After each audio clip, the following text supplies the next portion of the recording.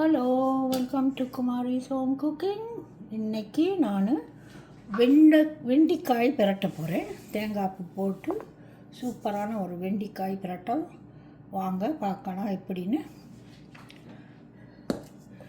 இதில் 3 table spoon தேங்காய் பூ, இது கருவேப்பிலை, வெங்காயம், காஞ்ச மிளகாய். ஓகே, இதில் தேங்காய் எண்ணெய் போடுறேன்.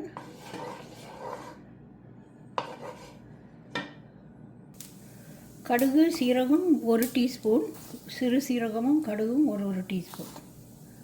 ஓகே, வாங்க வெங்காயம், கருவேப்பிலை, காஞ்ச மிளகாவே போடுவோம். நல்லா ஒரு லைட்டாக ப்ரௌன் வர வரைக்கும் கிண்டுங்க.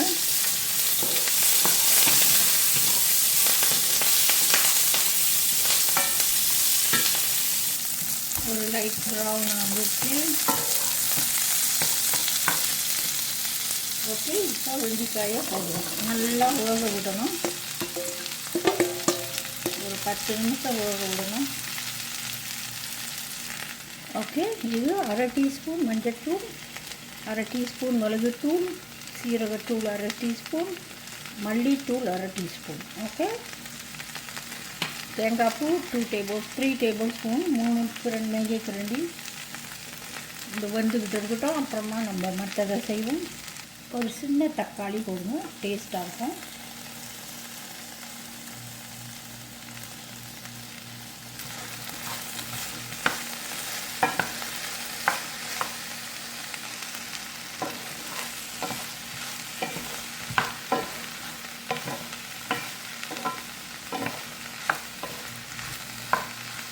ஓகே, இப்போ இந்த மல்லித்தூள், மஞ்சள்தூள், மிளகுத்தூள், சீரகத்தூள் எல்லாம் போட்டு நல்லா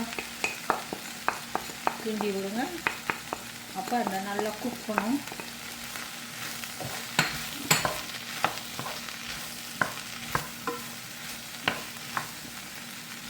தண்ணிலாம் ஊற்றாதீங்க. நல்லா அந்த எண்ணெயிலேயே வதங்கி வந்தால் ரொம்ப நல்லாயிருக்கும். தண்ணி ஊற்றினா அது ஒரு மாதிரி வளவளன்னு இருக்கும். இப்போ நீங்கள் நல்லா விடணும். 10 நிமிஷம் விடுவோம்.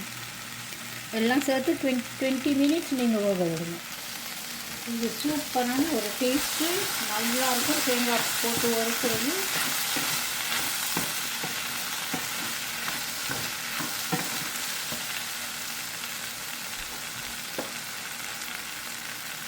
கொஞ்சம் உப்பு போடுங்க, தேவையான அளவு உப்பு போடுங்க. அப்புறம் பத்தலைன்னா போட்டுக்கலாம். ஓகே, நல்லா அடி பிடிக்காமல் கிண்டி கொண்டே இருங்க.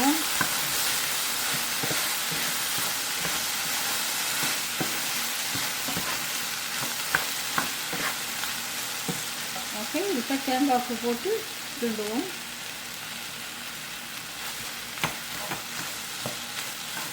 ஒரு 5 நிமிஷம் குக் பண்ணால் போதும்.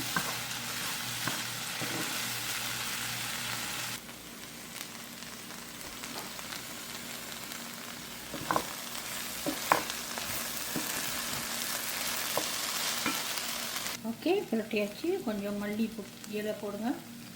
மல்லி இலை போட்டால் நல்லா வாசமாக இருக்கும். ஓகே, வெண்டிக்காய் பிரட்டல் முடிந்தது.